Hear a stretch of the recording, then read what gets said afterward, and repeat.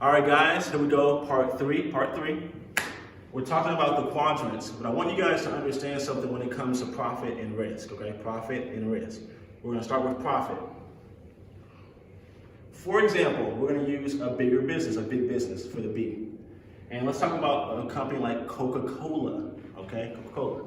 Now, Coca-Cola could have $16 billion in sales, cost of goods sold of $5 billion, right? That means that if they produce bottles, in order for them to sell the bottles, they have to make the bottles, make the labeling, put the caps on it, right? Have the machines, and have to deliver it, via drivers. That's called COGS, cost of goods sold.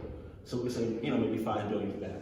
Marketing, $2 billion as a cost, and wages for the employees, $1 billion. All right. So far, the cheapest thing here is the $1 million for the employees, and this is an example of a financial statement. All right. So now that means your net income, or NOI, net operating income, is $8 billion. Okay. In this example, the financial statement for Coca-Cola is $8 billion for a net operating income. All right. Now, their taxes, we don't know their taxes yet. You know why? Because as a business owner, your company is actually taxed on the net. As an employee, you're taxed on your gross. A business owner is taxed on the net. And technically, there's a financial term called EBITDA. EBITDA.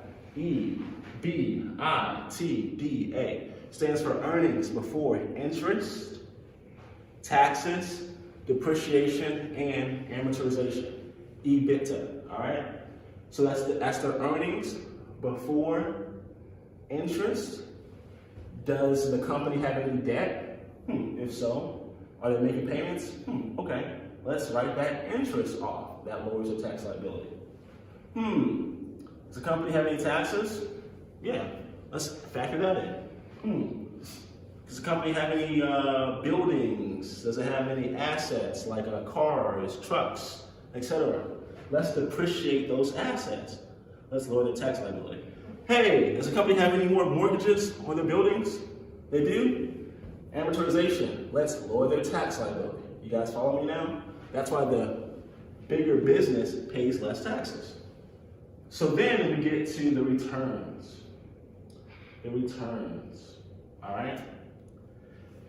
That return rolls into their payout or disbursements to their investors.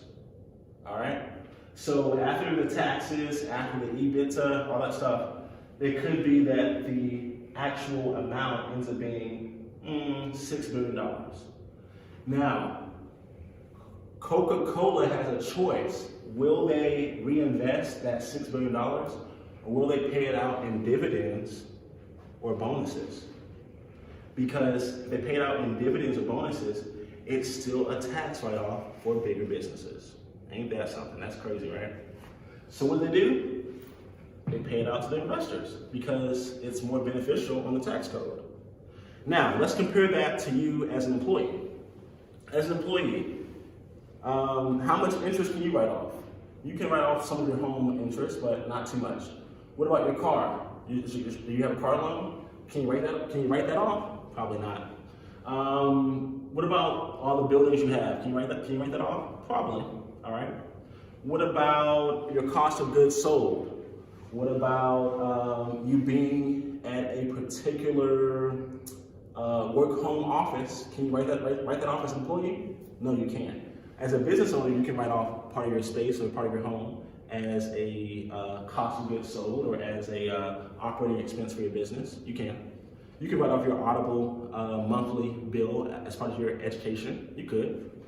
But only as a business owner, not as an employee, all right? And that's what we mean when we say that the business and the investor, and also the small business owner, they get to keep more of their profit, all right? More of their profit. And last but not least, when we talk about risk for the business, less risk here, virtually no risk here as an investor, most as an employee, and a little bit less as a sole proprietor. Well, actually, you probably have a lot of sole proprietors, just you, because if you lose the business, you lose everything. But let's talk about the investor and the business. When a company gets in trouble, who gets fired? The CEO. When a company does well, who gets the promotion? The CEO. When a company has a lawsuit, who gets fired? Normally the CEO is the one who gets fired, right? So the CEO is an employee, and that particular employee has most risk, has more risk. But the investors are actually the chairman of the board, okay? You never see these guys. You have no idea who the chairperson, or probably the chairperson, you have no idea who the chairman of the board are. It could be 50 people, or it could be 5 people. You really don't know, right? So that person doesn't necessarily get fired at all. They have no risk. They don't even have to show up for all the meetings, depending on how the bylaws are written, right? So that's why there is more risk here, and less risk here and there, all right? One more thing, when a company is going bankrupt and they apply for a bailout to the government, because they have a lot of employees, they can get a bailout. So the company still stays relevant or alive, i.e. GE, i.e. General Motors, i.e. Ford, i.e. Hostess, et cetera, et cetera, et cetera, okay? So the more employees you have, the more leverage it is for tax incentives, tax breaks, and also for bailouts, all right? See you guys in the next video.